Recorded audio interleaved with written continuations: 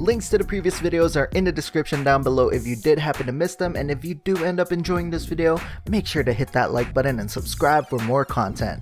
Well, here we are, opening weekend for Captain Marvel, and we're still waiting to see what the Sunday numbers are going to be, but we have Thursday, Friday, and Saturday in the books. And would you look at that? Take that, you incel man-baby trolls. It made 153 million up to Saturday only, not even including Sunday. This is a victory against sexist trolls everywhere. Now, I'm not gonna lie, it is an impressive number. It is way higher than I thought it would be. I was almost sure that the Thursday and Friday reviews from critics and the audience reviews and so on would slow the momentum down just a little bit, but apparently it didn't. Even though the general consensus then is still the same general consensus as it is now, that the movie is alright. It's good, not great. You know, it's good at best. Disappointing and boring at worst, so that average 6 out of 10 that we were talking about in the last video makes a lot of sense when you filter out all the bullshit and read through all of these reviews. And we gotta give credit where credit is due. The Disney PR/marketing team may have botched the earlier PR/marketing of the movie, but they did a damn fine job there at the end with silencing Rotten Tomatoes wanna see percentages, getting YouTube to change the algorithm so it stops promoting anti-Brie Larson, anti-Captain Marvel videos, pushing the shillest of the shill mainstream media outlets to the top of the search results when you search for Brie Larson or Captain Marvel. That was brilliant, because look at this before and after. To the left is after, to the right is before. I mean, look at that, even my video somehow managed to be in the before results. This is from oneangrygamer.net's coverage of this story, so shout out to Billy and everybody over there. But I mean, look at that glaring difference. Before, when you search just Brie Larson, John Talks Captain Marvel, boycott Brie Larson and Marvel Studios, Bandit Incorporated's Brie Larson is ruining Marvel, Altiori's why are people mad at Brie Larson, and my what went wrong video, which I'm a little bit proud of because that one did manage to piss off a lot of people. So I'm like, hell yeah. But now what you get is Wired's Brie Larson answers the web's most searched questions to the top. Jesus Christ, that video was terrible. If you haven't already come to the conclusion that Brie Larson is just an unlikable twat by now, go watch that video. You will see just how much of a bitch she really is. To give you just one small example, like somebody asked, is Brie Larson left-handed? Her response is, why do you need to know? Left-handed? Why do you need to know? And there's just multiples of these questions in that video where she's just on the defensive for some ungodly reason. Like, look at this one for instance. Would Brie Larson work out? Like, hypothetically, would I at some point? Is that like a personal attack or something? Or is that a request? Do you think I should? Yeah, I work out a lot. Thanks for asking. It takes a special kind of biatch to come to the conclusion that that is a personal attack of sorts. But yeah, go check out that video if you want to see just how unlikable she is. The video has 56,000 dislikes against 59,000 likes, so there you go. But yeah, the algorithm change somehow made that the #1 result. Then we have Variety's Captain Marvel directors on Brie Larson casting. Ooh. They're gonna have a lot to answer to once the MCU starts going down. Followed by USA Today's Brie Larson, this Captain Marvel stunt made her puke. I can answer that one for you. Any stunt where she had to work with a white man. Haha. And then the Disney-owned company's ABC News, Captain Marvel star Brie Larson on taking landmark role. So there you have it. Basically, honest creators go down, shill media goes up. Just another form of censorship really, just like the Rotten Tomatoes thing. And speaking of the Rotten Tomatoes thing, they went and deleted 54,000 audience reviews. So this from the Cosmic Book News' coverage of it. 8:47 AM, 3/8/19, 31% liked it. User ratings 58,353. 10:25 PM, 3/8/19, 43% liked it. User ratings 14,214. Well, this thing happened around like 10 AM when I was at work, and at that time it was at 36% liked it. I remember that much, but the user ratings were 4,000 something. And that's why people are saying 54,000 user ratings were deleted. According to Cosmic Book News, Rotten Tomatoes claims it was a bug and that user ratings for pre-release were factored into the post-release audience score for Captain Marvel. However, this contradicts their previous statement and reasoning that the want-to-see score is different than the audience score, which only gets released after a movie is out. So they're saying that our want-to-see votes apparently were being factored into that audience rating, which sounds like such a goddamn cop-out. Rotten Tomatoes is just such a goddamn joke now, man. Right now it's sitting at a tomatometer of 79%, 339 reviews counted, with an audience score of 53%. 53% liked it.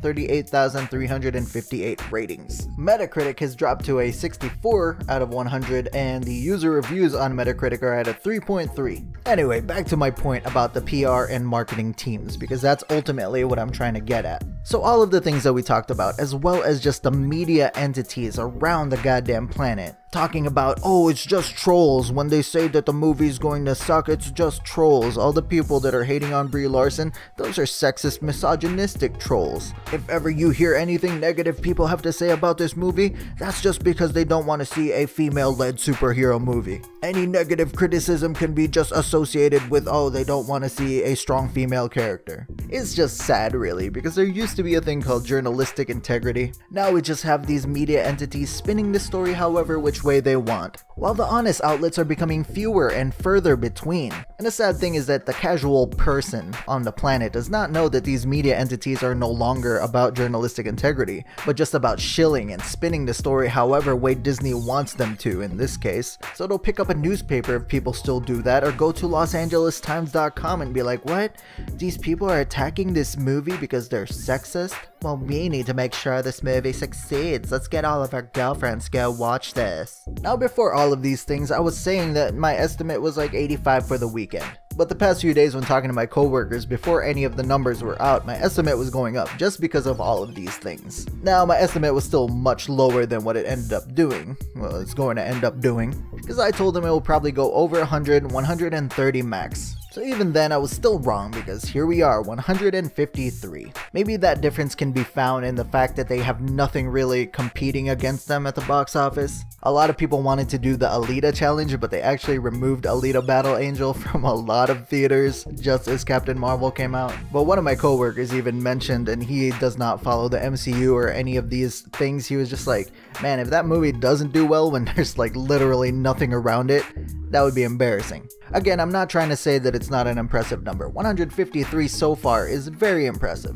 I'm just taking a look at all of the possible reasons as to how we got to this 153 number. Because once again, it's not because the movie's amazing or mind-blowing by any means. It's a 6 or 7 out of 10, let's be real. But I guess I did not give the MCU's build-up as much credit as it deserved. Because if you do take the time to read any of the user reviews, a lot of them were like, oh, I want to see this because it was a Marvel movie. Oh, I want to see this because I want to see how it ties into Endgame. Granted, a lot of those people ended up disappointed, but still, the momentum of the MCU pushed them towards watching this movie. But now we come to the interesting part of all of this. Yes, it did great. A lot of people went to see it. A lot of those people ended up disappointed. You have to keep that in mind. You cannot ignore that. A lot of people came out of it not really liking Carol Danvers, the character, or Captain Marvel, the character. How is that going to affect word of mouth? Because word of mouth is what causes movies to have legs. People went to watch it first week are going to tell their friends like, hey, you should go watch this movie. Then those people go watch, then they tell their friends, so on and so forth. So will the momentum keep going the way it's going?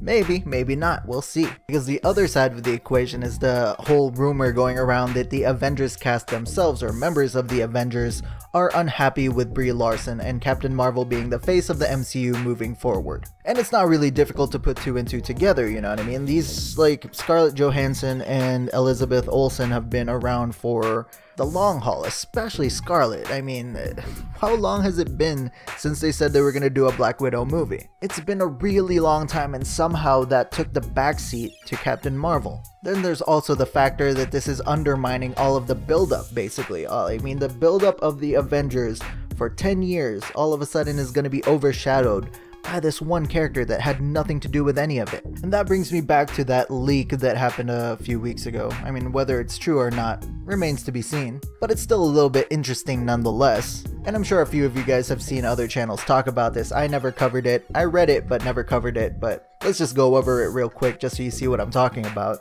The Russo brothers and McFeely Marcus didn't want to include Captain Marvel at all in Infinity War or Endgame. They felt the story deserved to end up with the original characters, as do I. But Disney and Marvel Studios desperately wanted to introduce Carol Danvers in Avengers Infinity War. The idea was to later give Captain Marvel her own origin movie boosted up by the Avengers. Naturally, they had an argument that ended up with both sides making concessions. They excluded Captain Marvel from Infinity War but had to include the character in Endgame. Just to shut off this matter, the Captain Marvel rant we are seeing today was expected by Disney. Their social media numbers projected the Captain Marvel movie to face challenges, and they ordered from everyone involved to prepare for 2 cuts. One with the original Captain Marvel plan, another cutting down the character's participation in case Captain Marvel flops. This created huge conflicts between Brie Larson's agency and especially Marvel Studios. They went as far as to shoot some of the very same Captain Marvel action scenes with Captain America and Black Widow replacing the character in an attempt to keep the inflated budget down. Brie Larson treats everyone well, but she's very contesting, and she contested the hell out of this decision, until Marvel Studios was forced to shoot those scenes in different days, which resulted in more spending. Now, if this is all true, which it could very well be, it would be interesting to see what they plan on doing with Endgame.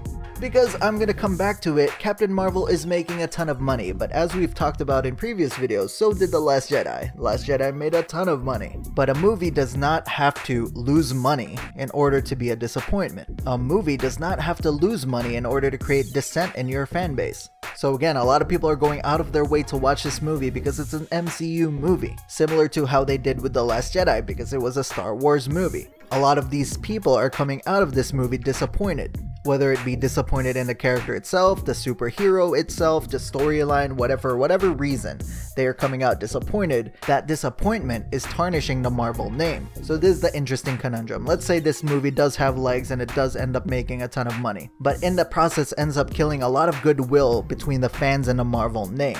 Do you still end up pushing Captain Marvel down everybody's throats because it technically wasn't a flop and made a lot of money? Or do you go with the contingency plan of Captain America and Black Widow taking over a lot of those scenes in Endgame in an attempt to restore whatever goodwill was lost by the release of Captain Marvel to begin with? We'll just have to wait and see, I guess, but what do you guys think? Let me know down in the comments below. If you did end up enjoying this video, make sure to hit that like button and share this video with your friends and family, whoever would be interested in garbage like this, and subscribe, ring that notification bell so you can be alerted every time I put out another one of these pastrami sandwiches. Thank you very much for watching, and I will see you guys next time.